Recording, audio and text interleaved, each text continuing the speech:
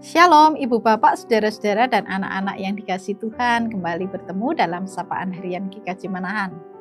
Saya berharap semua dalam keadaan baik, sehat dan tetap semangat di dalam Tuhan. Sebelum kita mendengarkan firman Tuhan, mari kita bersama-sama berdoa. Ya Allah, Raja segala Raja yang boleh kami kenal dan sembah dalam diri Tuhan kami, Yesus Kristus. Kami mengagungkan Engkau untuk segala kemuliaan dan kekuasaan.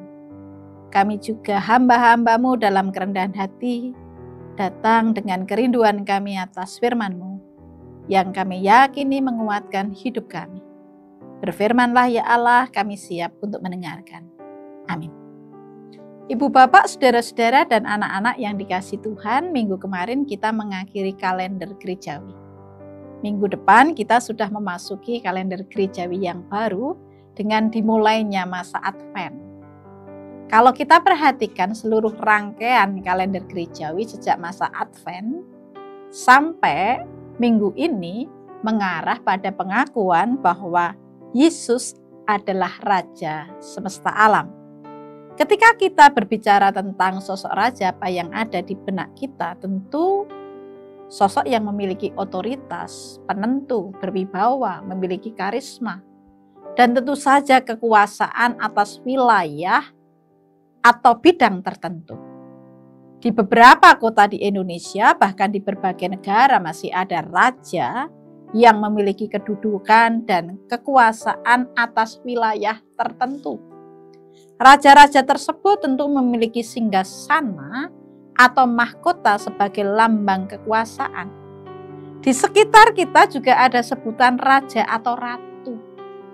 Misalnya, Raja Kepiting, Ratu Kecantikan, Raja Batubara, Raja Dangdut, Ratu Anggrek, Raja Sambal, dan lain sebagainya. Sebutan itu juga hendak menunjukkan bahwa seorang raja tersebut memiliki kekuatan, kekuasaan, pengaruh, bahkan sesuatu yang istimewa pada bidang tertentu.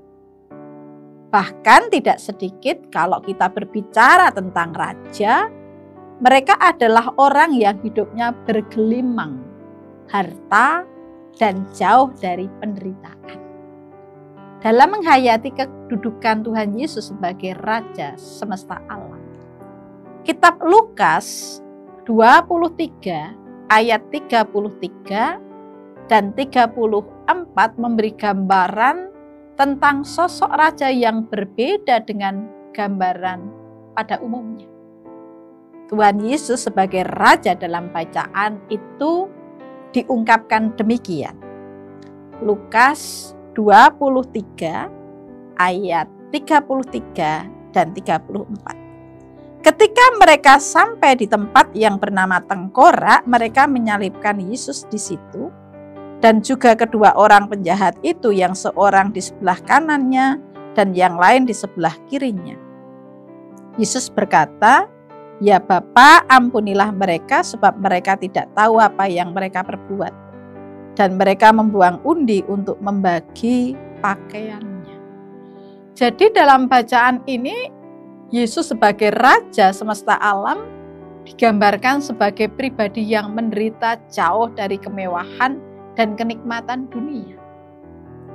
Penderitaan Tuhan Yesus juga dicatat di dalam ayat tadi ketika mereka membawa Tuhan Yesus ke Bukit Tengkorak yang dalam bahasa Ibrani adalah Golgota, tempat penyaliban. Di bukit itulah Tuhan Yesus disalibkan.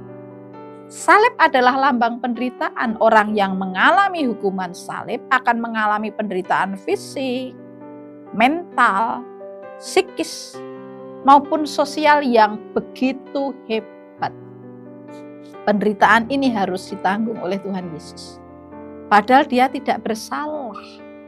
Semestinya kita yang harus menanggung penderitaan itu karena dosa-dosa kita. Namun hukuman itu justru dipikul oleh Tuhan Yesus untuk menggantikan kita. Peristiwa salib adalah bukti kasih-Nya yang begitu besar kepada dunia. Karya kasih-Nya itu menunjukkan bahwa Tuhan Yesus adalah Raja semesta alam yang rela menderita untuk menyelamatkan kita. Kiranya minggu Yesus Raja semesta alam ini mendorong kita untuk rela berkorban bagi kesejahteraan bersama dan terus hidup kita mengagungkan Yesus sebagai Raja semesta alam. Tuhan memberkati. Amin.